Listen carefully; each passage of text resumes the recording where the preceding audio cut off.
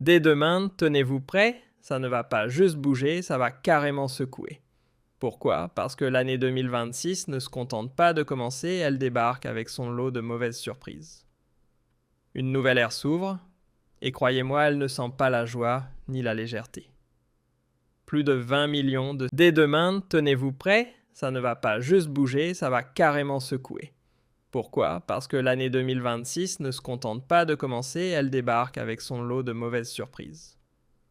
Une nouvelle ère s'ouvre, et croyez-moi, elle ne sent pas la joie ni la légèreté.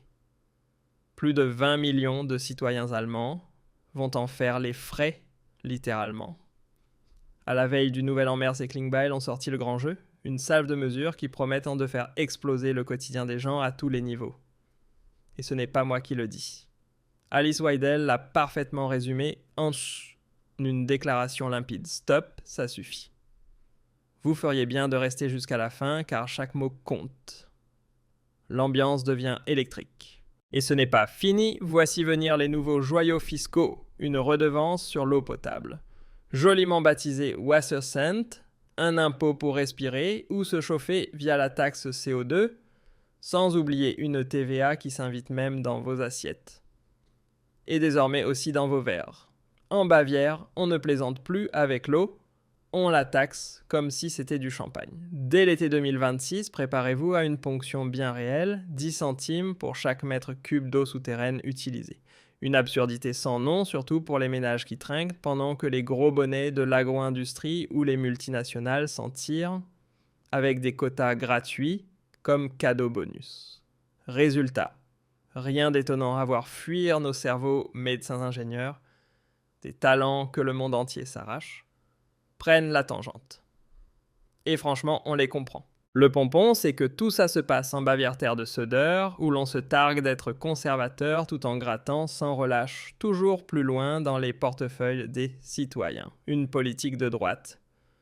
Non juste la main droite dans votre poche.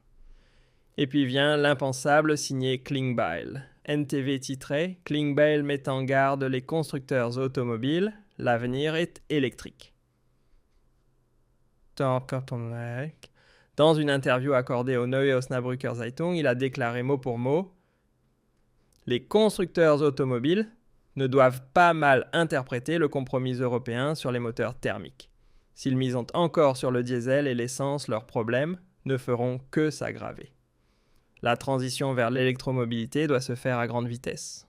Autrefois, c'est le marché qui décidait, comme lors du passage du cheval à la voiture, sans interdiction. Aujourd'hui, on interdit indirectement les moteurs thermiques ou on les rend inabordables. Un ministre des Finances dicte à l'industrie automobile ce qu'elle doit produire et s'ils n'obéissent pas des sanctions, les menace. Klingbeil veut punir ceux qui conduisent des voitures normales. Est-ce vraiment le rôle de la politique? Les politiciens devraient instaurer un cadre équitable, pas imposer des directives à tout va et fausser le marché. Les constructeurs savent mieux que quiconque ce que les clients attendent des voitures abordables fiables, pas des modèles électriques hors de prix, avec une autonomie angoissante et une dépendance totale vis-à-vis de la Chine. La CDU, avec en tête Söder, se donne régulièrement des airs de rempart conservateur contre la folie écologiste, des mots forts, des déclarations, chocs, des clins d'œil aux traditions bavaroises. Mais au moment décisif, il plie docile et suit la ligne des Verts et du SPD. À la fin, tout cela n'est qu'une mise en scène, beaucoup de bruit pour rien. En réalité, il applique exactement ce contre quoi il prétend se battre. Mais au sein de la CDU, la résistance s'organise. Certaines factions du parti commencent enfin à se réveiller. Un président local a claqué la porte, entraînant avec lui des dizaines de membres et provoquant la dissolution de sections entières. Il ne laisse aucun doute sur la raison de son départ, Friedrich Merz. Assiste-t-on à une véritable rébellion contre lui? L'AfD exulte et pour cause. 2026 pourrait bien être son année. Tous les signes sont là. Division interne chez la CDU et le SPD, sondage en chute libre. Les vieux partis sont saisis d'une peur panique à l'approche de la nouvelle année. Et comme si cela ne suffisait pas, Merz a subi une humiliation de plus, cette fois dans ses propres rangs. Son candidat favori à la tête de la fondation Konrad Adenauer Günther Krings a été sèchement battu. 21 voix contre 28 pour Annegret Kramp-Karrenbauer, figure de l'ancien camp Merkel. Merz est chancelier, il détient le pouvoir et pourtant son poulain échoue lamentablement. C'est un signe clair, la loyauté vacille, dans la CDU les fractures sont profondes. Beaucoup doutent désormais de sa capacité à unir le parti et à diriger le pays.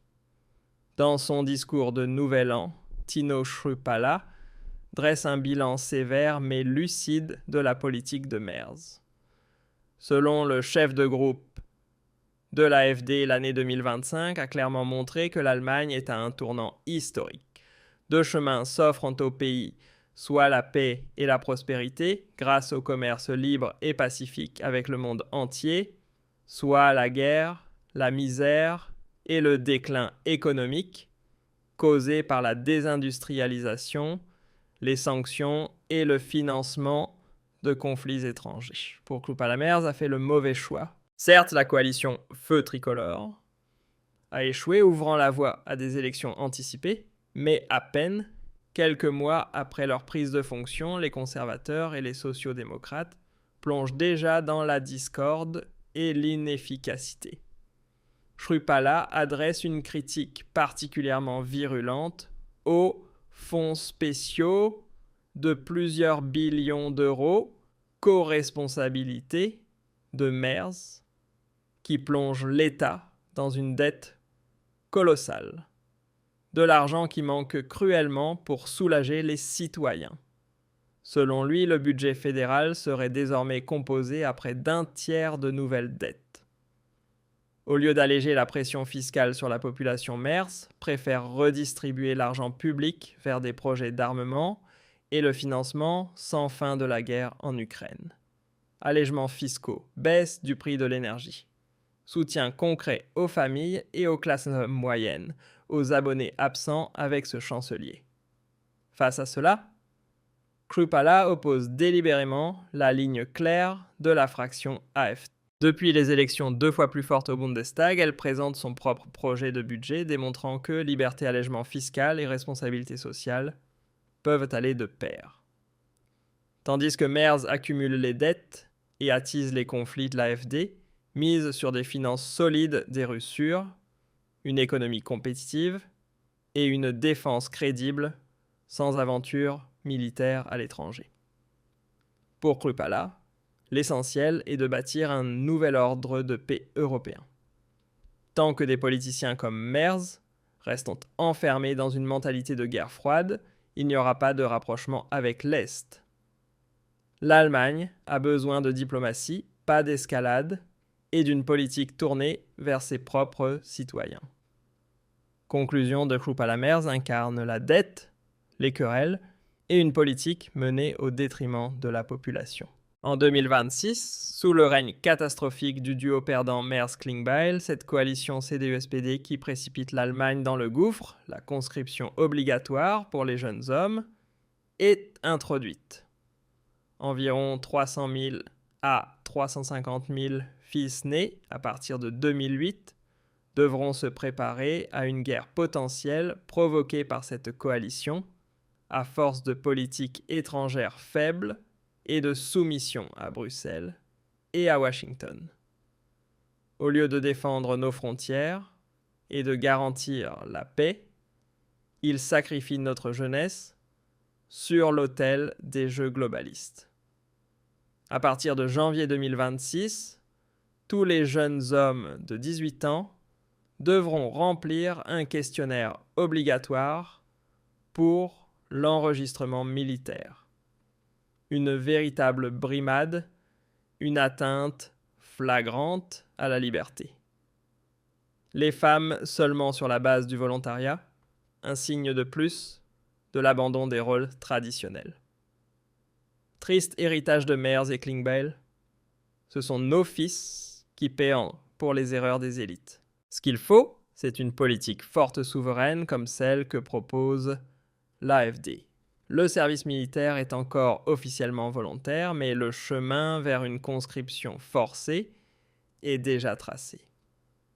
Alice Weidel est catégorique. Nos fils n'iront pas faire la guerre contre la Russie. L'incompétence du gouvernement Merz ne devrait pas retomber sur les épaules de nos enfants, et encore moins sur une jeunesse qui, dans sa majorité, n'a même pas voté pour cette folie. Il est inacceptable que les décisions politiques erronées soient portées par nos garçons.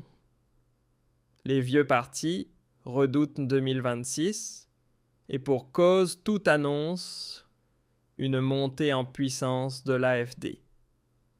Le gouvernement Merz chancelle, les sondages sont désastreux, l'AfD progresse.